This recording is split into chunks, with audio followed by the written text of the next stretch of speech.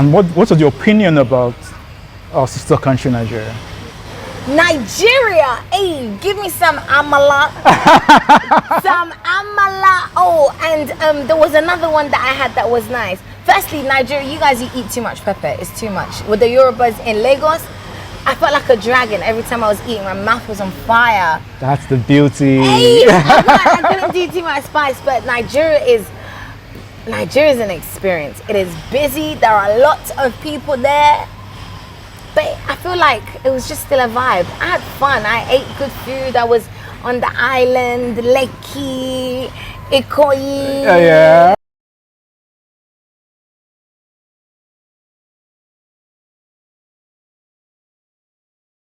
Hello everybody, you're welcome to Just for Women Africa, and my name is Olalekan Amusa, the founder of Just for Women Africa. And before we start the show, we'd like to give thanks to our hosts, Tia Coffee House. They're located here in Accra off the Patricia Lumumba Road. Nice serene environment if you'd like to have breakfast, lunch, dinner. Tia Coffee House is the place to be. Always have that name in mind in Ghana, Tia Coffee House. And today on the show we have Mz Dru with us. Yes. Mz Dru is Ghanaian Jamaican, and she'll be telling us why she's here in Ghana and why she's not in Jamaica. Speaking patois, to a lot of Jamaicans. Okay. So All right, Mz Dru, you're welcome to Just for Women Africa. Thank you. It's an honor to be able to be on your platform. I really appreciate it. So thank you so much. You're welcome. All right, first question. I read about you. You grew up in England, right? Yeah. Okay, so tell us, first of all, why did you decide to move from the UK all the way to Ghana? Okay, so I get asked this question a lot. My move to Ghana was not planned. It wasn't anything that I sat down and thought about. Oh my God, when I'm so and so age, I want to move to Ghana. That wasn't ever the plan. It was a bittersweet situation. My best friend, which is my dad, passed away. I'm sorry about that. So I just needed a break from life. I needed a break from everybody. I just needed to be by myself, to just think, heal, or whatever. And I was deciding that I wanted my healing process to be in 5 months. So I booked a 5-month ticket to Ghana. Okay. So when I came, it was cool for the first, month or two. And then after that, I was like, getting a bit bored. So let me find some sort of activity. Okay. And then I ended up, walking into a TV station and a radio station, and they just on the spot gave me an opportunity to be on radio. I was on TV, I was on billboards, I was everywhere. So then I was like, okay, I like this life. So when it was time for me to go back to London, they were like, where are you going? Well, you can't go. You have a life here, people depend on you here. And I was like, that's true. If I go back to London, what am I really going to be doing? So then it literally just happened that, I'm doing what makes me happy here. I feel happier here. I feel more at peace in Ghana. So even though I miss my friends and family in the UK, I'm going to live here and I'll visit you guys when I can. Okay. So how long ago was this? 4 years. 4 years? I'm in my 5th year now. Oh, that's nice. Yes. And soon it's going to be 5 years of living in Ghana and moving by accident, which was basically, technically, God's plan. Exactly, God's plan. All right, so can you tell us, what was that radio station that you walked in to give you the opportunity? So I was on Live FM, Live FM radio there, the EIB network connected with GH1 TV as well. Yeah. So I was with them, doing radio with them and TV with them, and then after a while, radio had to come to an end. Okay. And I moved to a different TV station, MX24, and that's where we are now. That's where you are now. Yeah. Okay, that's nice. It's amazing how life works out. You move from one country and your life just changes overnight. Yeah, and I will need to be honest with everybody. Like I said, it wasn't planned, and the way it happened for me might not be everybody else's story. So okay. If anybody wants to come to Ghana, I would definitely tell them they should plan first. Okay. You should plan first. Don't be like Drew, because this was just God. Literally, He made a way for me. So my story is different. So, having moved to Ghana, what were some of the obstacles you had to overcome? You just said you don't have to plan. So what were the things you felt that if you had planned properly, it would have made just entry into Ghana much more better? Yeah, a lot of things. Firstly, there's a language barrier. Yes, I'm Ghanaian, but I don't speak the language. I don't understand the language. I know 1 or 2 words. 50 Cent. Yeah. So you know, when you're traveling around Ghana, even though they speak English everywhere, there are some places where it's like, ooh, you know that if you understood the language, you know what they're saying. Exactly. You know what to do. The language barrier, money goes quickly in Ghana, so maybe save a good amount first, so you don't end up eating Kofi Brookman every day. Yeah, mainly just, you know, the way they do things in London or in the UK was different to how they do things in Ghana. So that was a huge like culture shock or culture difference, because the way I expected things to be done with ease where I'm from, in Ghana you do as Ghanaians do. For example? Plenty examples. I just mean like the system is different in the UK as it is in Ghana. You know, in the UK everything is done online. Everything is, you tell them 6 o'clock or 5 o'clock meeting, 12 o'clock, people are on time. But Ghana, you done 12 o'clock and it's like 1:30, 3 o'clock, and just the way things are done are completely different. But we're getting better, so I like that. Okay. The Ghana now, like today, is way different to Ghana when I came 4 years ago, and it's changing every single day for the better, I believe. Yeah, I do agree with you on that. Okay, so this is Just for Women Africa. What are some of the culture shocks you saw as a woman coming in from the UK compared to the woman here in Ghana or in Africa? Are there any differences? Or both women think the same way or behave the same way? Maybe I would say, and in my circles, this is getting a bit deep. I don't know if I want to get as deep. Don't want you guys to come and start talking about me.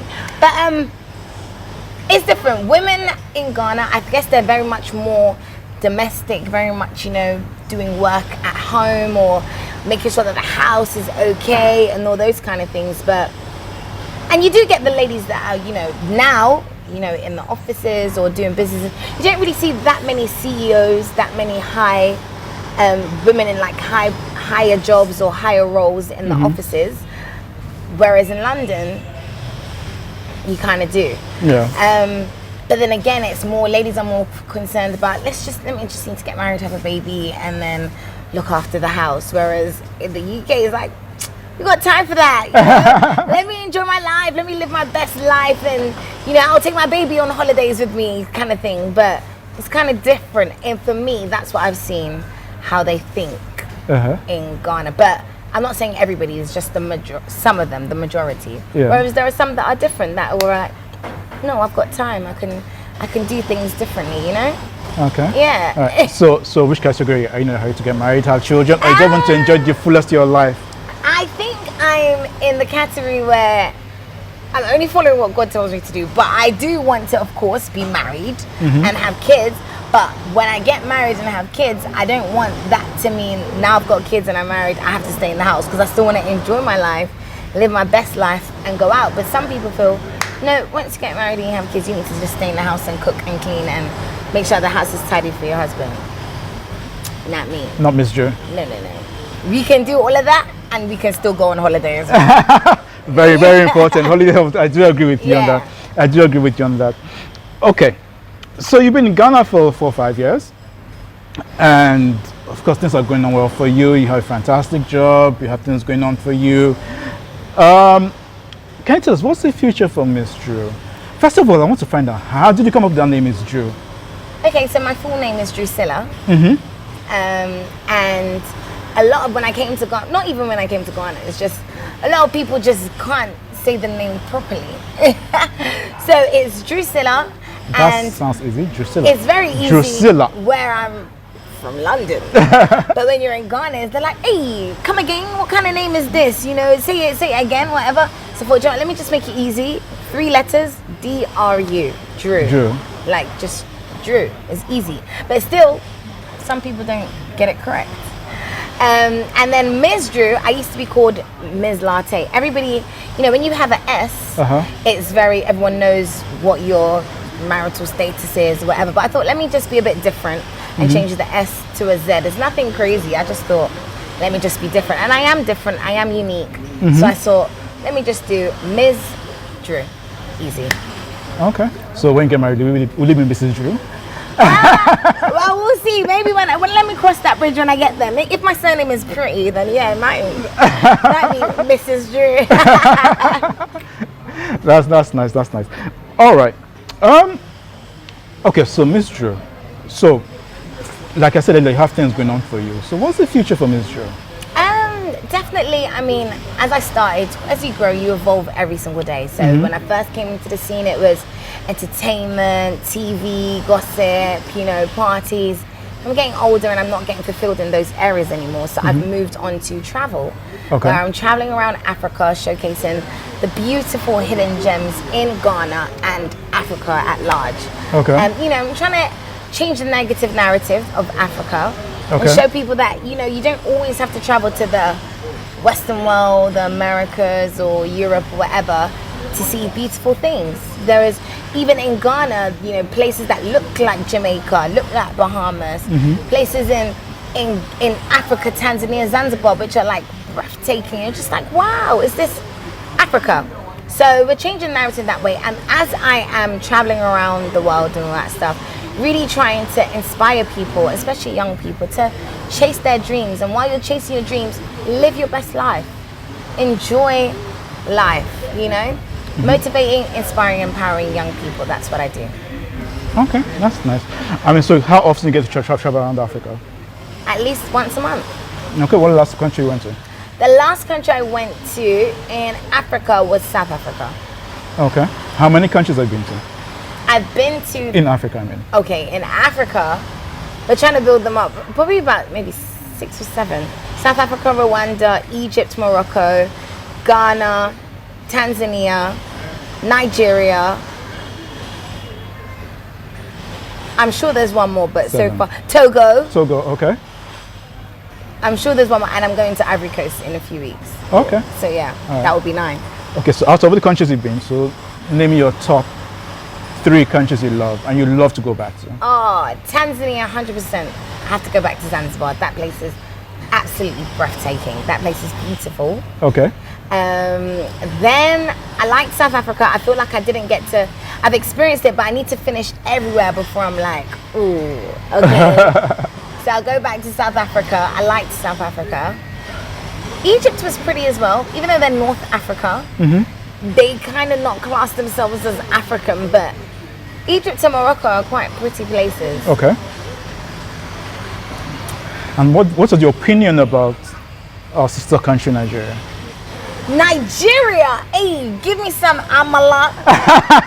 Some amala. Oh, and there was another one that I had that was nice. Firstly, Nigeria, you guys, you eat too much pepper. It's too much. With the Yorubas in Lagos, I felt like a dragon every time I was eating. My mouth was on fire. That's the beauty. Hey, I couldn't do too much spice, but Nigeria is an experience. It is busy. There are lots of people there.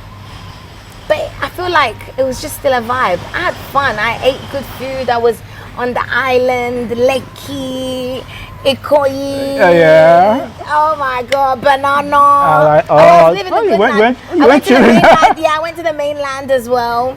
I went to some beach resorts in Nigeria. I enjoyed it. I have to go back, but I can't go by myself. I have to go with a Nigerian. Okay. Yeah, because I couldn't go by myself. It was a bit wild.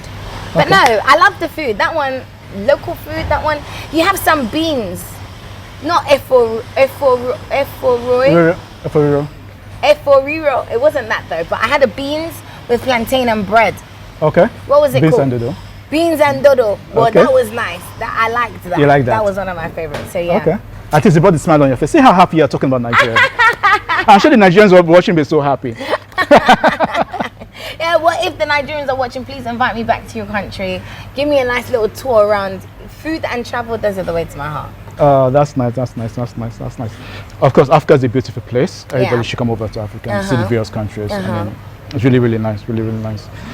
Okay, so as we bring the interview to a close, what's your advice to women out there who feel that it's a man's world, who feel that they demand to start something, who feel discouraged or they feel sexually harassed by the other men around? What's your advice to them? So they see Mz Dru and just looking at her life, she moved away from the UK to the Ghana, and things just turned around for her. So what's your advice to them? I would definitely say don't let anybody stop you from living your best life. God has blessed each and every single one of us with a talent, with a gift, and nobody can do you like you. If you find out what your talent is, what is it? Are you good at sewing? Are you good at hair? Are you good at cooking? Are you good at me? My gift is just talking. I'm good at talking. That's what God blessed me with. And you use that thing and you use it to make money for yourself. Literally, every single thing that God has given you, you just use it and you do what makes you happy. I think that's one of the things I would say. I don't believe is a man's world. God created Adam and Eve. So there's both of us. We do things together. Anything a man can do, a woman can do. But of course, there are certain things that are mainly a man is designed to do and a woman is designed to do. Yes. Exactly. Yeah. Would you say, what does that mean? I said exactly. Yeah, exactly. So if you put your mind to doing something, you can do anything. Dream big and think about how much do you want that thing.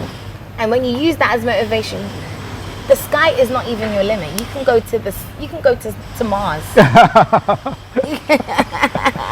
You heard it from Mz Dru, you know, put your mind to it, dream big, and you can even go as far to Mars. As far to Mars, not the sky, man. We're going into space. We're going into the galaxy. That's where you're going to see me. If you didn't hear it from Mz Dru, it's not true, guys. Thank you so much. Make sure you like, subscribe, and comment to my YouTube channel as well. Yeah, Mz Dru TV. Definitely. And so if you're also watching, what's going to be the next country you're going to? Ivory Coast. I'll be next in Ivory Coast. We've got plans for Senegal. We've got plans for Ethiopia, Namibia. So if there's anybody from these countries that, you know, you live there and you don't mind showing me around, please contact me on contactmzdru@gmail.com. Message me on Instagram, Mz Dru, MZDRU_.